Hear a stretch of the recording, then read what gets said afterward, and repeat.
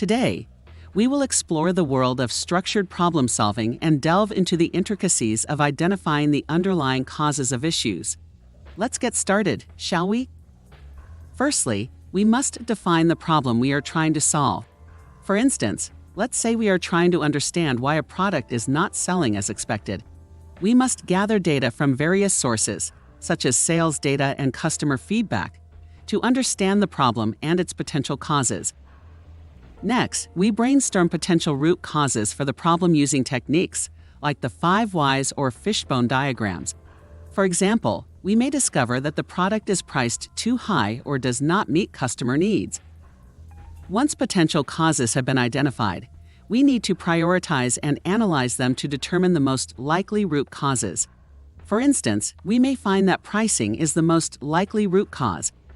Testing the most likely root causes is the next step to see if they are indeed the source of the problem.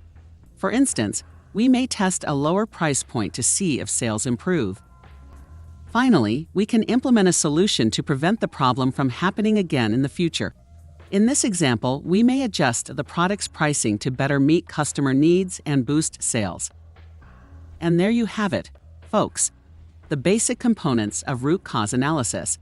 By following these steps, we can identify the root cause of problems and prevent them from happening again in the future.